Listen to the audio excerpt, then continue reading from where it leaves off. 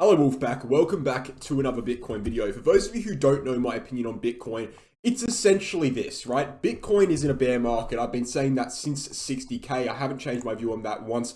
It's in a bear market. It's not looking good, right? I still think we're in a macro bear market regardless of this move to the upside. Yes, we've broken this bearish channel formation to the upside, the bear flag formation to the upside. And yes, that is slightly bullish from the shorter term charts. However, nothing in my opinion has happened that would confirm the end of the macro bear market. I am, however, willing to admit the fact that if we break above 23.8K, and this is where my opinion slightly alters from the last time I talked about it, if we break above 23.8K, I see a clean shot to 28.6K. If we break above 28.6K, I would admit that the bottom is in and the bear market is over, right? So slightly different to what I said before, right? What I said before, yeah, I remained bearish. Yeah, my opinion didn't change. I didn't flip bullish. But what I said before was quite simply this. I'll tell you right now. So what I said before is if we break above 23.8K on a weekly candle, right, which would be on the weekly chart over here, break above 23.8K, which would be a break above this resistance zone back here in December 2020, I said the bottom would most likely be in. I disagree with that now. I don't see how the bottom would be in unless we break above the major level. And the major level, in my opinion, the major level to the upside, in my opinion, is quite clearly 28.6K.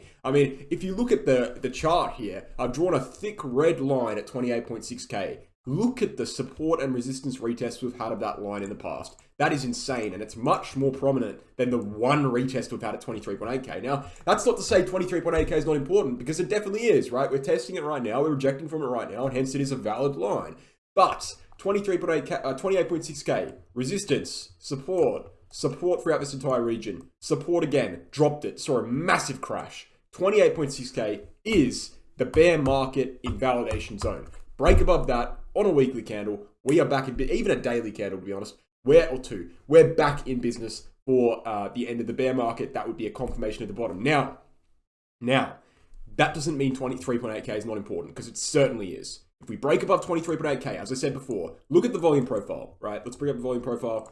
There is no historical trading volume, basically at all, really. I mean, between 23.8K and 28.6K, meaning if we break above 23.8K on a weekly candle, we should be able to quite easily see a retest to 28.6K. From that point, we should be rejecting and going back down for new lows. That's what I would expect if we broke 23.8K. So with that said, I think it would be fair to say if we break above 23.8K decisively on a weekly candle, you could enter a trade on Bitcoin in which you're targeting 28.6K. And you can take profits there and then wait to see what happens. That would be the ideal scenario. So in the short term, 23.8K is the critical level for a swing trade. In the long term, 28.6K is the critical level for a macro bear market invalidation. That is what we're looking at for Bitcoin, quite simply. Now, we can move on a little bit and do some other analysis. Some of the analysis I wanted to get into was the fact that we're not actually looking too strong going into resistance here, right? So lots of people have flipped bullish, and I have the evidence for that. And we can take a look at the evidence for that. I would bring it up, it'd probably take too long, but I've done many polls in the past. In fact, let me go to my Twitter account and go to the profile, and we can see some of the polls that I've done here. Let me just see what's going on. Here we go. All right, so these are results from my last polls, right? So I do a poll every week saying, do you guys think the bottom is in? This is starting from about a month and a half ago. The first poll is 20%, the second poll is 22%, the third poll is 24%, 27%, 26%. And then if we go to the community page on my channel right now, we can see the most recent poll is 35%. So in a 7-week period, right? In a 7-week period, in the period of which Bitcoin has basically gone from 17K to 23K, basically, I mean, almost, right? We have seen maybe a little bit more. We have seen the amount of people, as per like 2K votes per poll, thinking the bottom is in, go from 20% to 35%, a 15% difference. In the meantime, no macro invalidation has happened, right? So you have to understand how important that is, right? People are flipping bullish, but nothing has happened. What does that usually stink of? It stinks of a bull trap, right? I'm just being honest, right? Then we look at the chart and we think, okay, well, you know, bear flag broke to the upside is a little bit abnormal, but it happens, I guess. And then we've seen strong candles, okay, sure. But we've recently seen a bearish doji candle, spinning top formation, a reversal pattern at the major level of 23.8K. So right on top of the major resistance we need to be taking, we've seen a spinning top formation while everyone is getting bullish. That smells of bad indications, right? We also have stochastic RSI topping out, and we also have bearish divergence on the RSI on the daily, right? So hidden bearish divergence, right? So not looking too good. And then if we're flipping over the 4-hourly chart, we can see we're actually at risk here of forming a double top formation where we came up, rejected off of that level, came back down and rejected off that level again, and most likely. So the short-term TA is certainly not that good. And then the long-term TA is saying it's too soon to be bullish, right? We shouldn't be bullish yet. And so we're left in this kind of position in which you can flip bullish now if you want to, and you can take a massive risk and it might pay off. Or you can be logical and wait for confirmation to happen. Now, it's not to say that the confirmation won't happen. That's what I'm trying to make it very, very clear. And I've made this very, very clear the entire drop down from 60K. It's not to say that I will be correct. It's to say that the most logical position to take is to wait until I'm incorrect before making a decision, right? So be reactionary. You know, don't try to predict this kind of thing. We're talking about a macro invalidation here. Be reactionary, be adaptable, don't predict it. There's no point trying to predict it because you're going to get scammed. I mean, how many times have people got scammed on the way down? How many times have people thought the bottom was in and got scammed? I mean, for one, right? Okay, they thought the bottom was in here because they thought it was still a bull market. They got scammed, it dropped down. They thought the bottom was in here, of course, because it was like a massive uptrend. It dropped down, they got scammed. And then at 30K, they thought the same thing. Thought the bottom was in here, and they got scammed, it dropped down. That's 3 separate occasions that the people with the mindset who flipped bullish before confirmation happened got scammed, and they think they're just going to have better luck on the 4th time. It's like, yeah, they might, but at what cost? And that's the kind of thing that I don't like about the crypto space right now. It's like, even if the bulls are right here, at what cost are they right? They got scammed 3 separate times in the last like 7 months because of their stupid logic, right? Wait. I'm brutally honest, right? So we got two days now. 2 days until the weekly candle close. All right, weekly candles here. 2 days into the close. If we close that above 23.8K, that's a good swing trade to 28.6K. If we close below, cool. We know what the deal is. We're still bearish, right? So that's quite simply what it is for Bitcoin. If we're looking at Ethereum, same kind of scenario for Ethereum, really.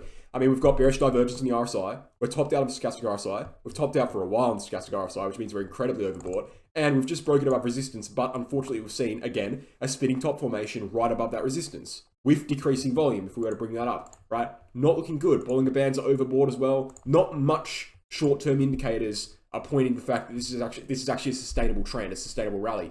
I think really, like, the only thing that kind of is holding this rally up, well, first of all, it started with the Ethereum merge. That was the news that kind of started off this kickoff, and that's undeniable.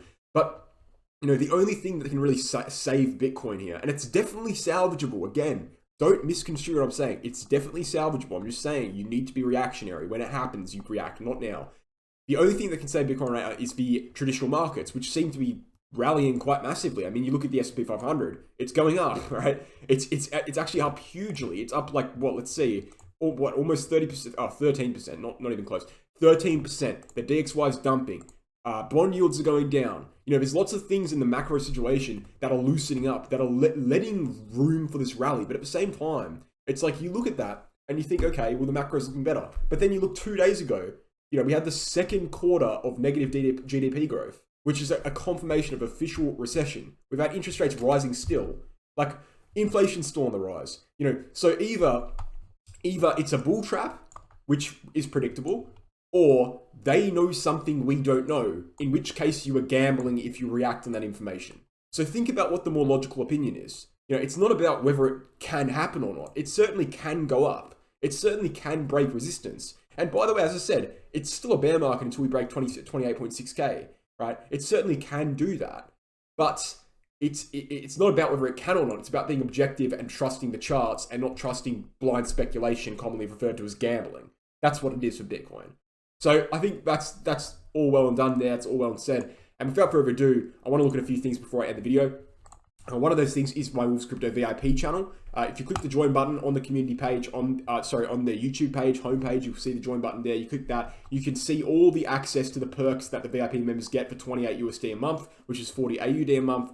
You get altcoin trading signals, one every second day, prioritized reply to comments, a 2-hour lecture on market psychology, and exclusive Telegram group access. Join up to that if you haven't already done so. Obviously, if you want to, you don't have to. And then BitGet is the exchange we use for the VIPs. Why? Because it's the best exchange for traders. I reached out for BitGet to get a partnership. They didn't reach out for me, and that should tell you enough about it. We've got half the fees of Binance, non-KYC.